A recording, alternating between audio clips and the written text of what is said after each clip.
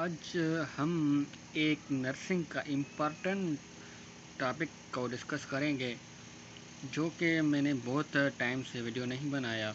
तो आज मुझे टॉपिक मिल गया, मैंने कहा इस पे डिस्कस करते हैं। पोस्ट नेटल केयर किसको कहते हैं? पोस्ट नेटल मैंने पहले उर्दू में बताना है, फिर इसको पढ़ेंगे कि आपको डेफिनेशन लिखने में आज़ादी आराम आ जाए, आराम से लिख सकें।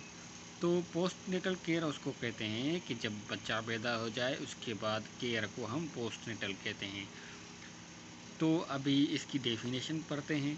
The post natal period or प्यूरिपिरम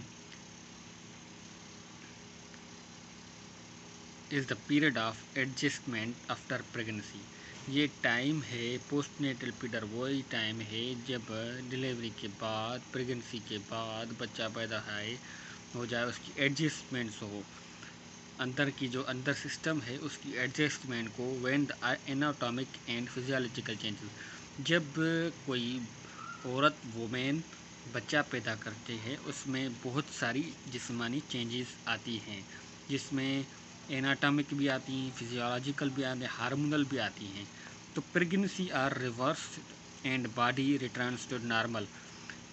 अब जो है ना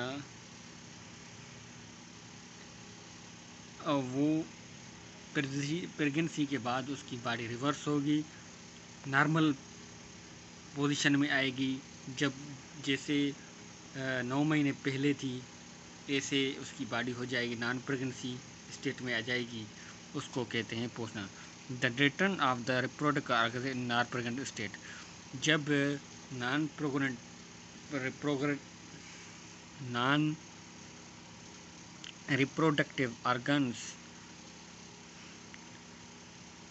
जब रिप्रोडक्टिव ऑर्गन बनेंगे पोस्टनेटल के बाद, उसको हम इन्वोल्यूशन कहते हैं। Involution the productive organ returns virtually in the normal state by 6 weeks.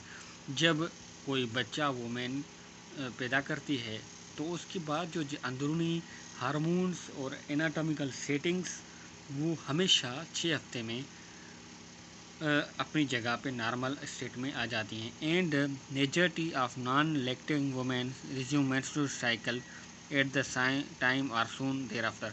कुछ वुमेन में जो बच्चों को दूध वगैरह नहीं पिलाती, उनकी तो जैसे कि होता है कि जल्दी में हो जाता है, जल्दी में अपनी नॉर्मल पोजीशन में आ जाता है, तो मेंस्ट्रुअल साइकिल स्टार्ट हो जाती है। Usually puerperum begins as soon as placenta, third stage of labor, third expelled and extend up to period of the 6 weeks। जब बच्चा आ जाता है उसी टाइम से ये स्टेज शुरू हो जाती है, पोस्टनेटल केयर शुरू हो जाती है। तो इसके ऑब्जेक्टिव्स क्या हैं? पोस्ट नेटल केयर के ऑब्जेक्टिव क्या हैं? The prevent complication of the puerperium. तो जो इसकी ऑब्जेक्टिव्स हैं, प्रेगनेंसी में हम पेशेंट को क्यों बुलाएंगे क्लिनिक पे कि क्यों आए, तो उसको हम कॉम्प्लिकेशन से बचाने के लिए उसको बुलाएंगे, फर्दर कॉम्प्लिकेशन ना हो, उसकी चेकिंग होती रहे। तो इसको ये पहला ऑब्जेक्ट है। To provide care of the rapid restoration of the mother and optimum health. माँ को एक अच्छी सी केयर देने के लिए, अच्छी आला क्वालिटी की केयर देने के लिए, तो check the etiquette of breast feeding.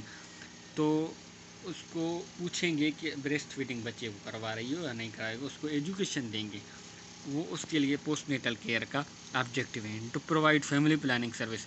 जब वो आएगी तो वो उसको ज़रूर लाजमी वो पूछेगी कि आगे फर्दर प्लानिंग क्या है, और डॉक्टर्स को बताएगी आप ये प्रोसेस करवा लें, ये कंट्रासेप्टिव यूज़ करें। ये सब जब पोस्ट नेटल केयर के बाद होगा। To provide basic health education.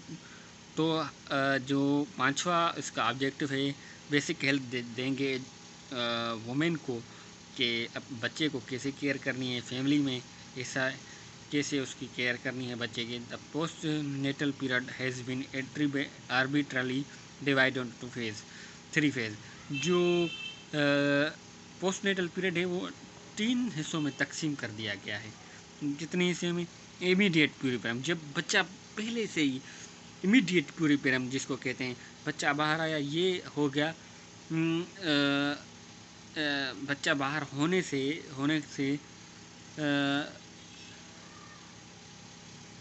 बाहर आने के बाद जब 24 होर होएंगे उसको हम इमीडिएट प्यूरिपेरम कहते हैं। Early puerperium extend until the first week of the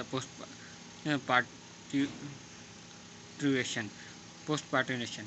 तो 24 कलाक के बाद 1 वीक तक हम उसको अर्ली प्यूरिपेरम कहते हैं। Remote puerperium includes the period of time required for involution of the genital organs. जब जेनिटल ऑर्गन्स अपनी नॉर्मल लेवल पे, नॉर्मल सतह पे, नॉर्मल जगह पे आ जाएंगे, तब तक हम उसको रिमोट प्यूरिपेरम कहते हैं।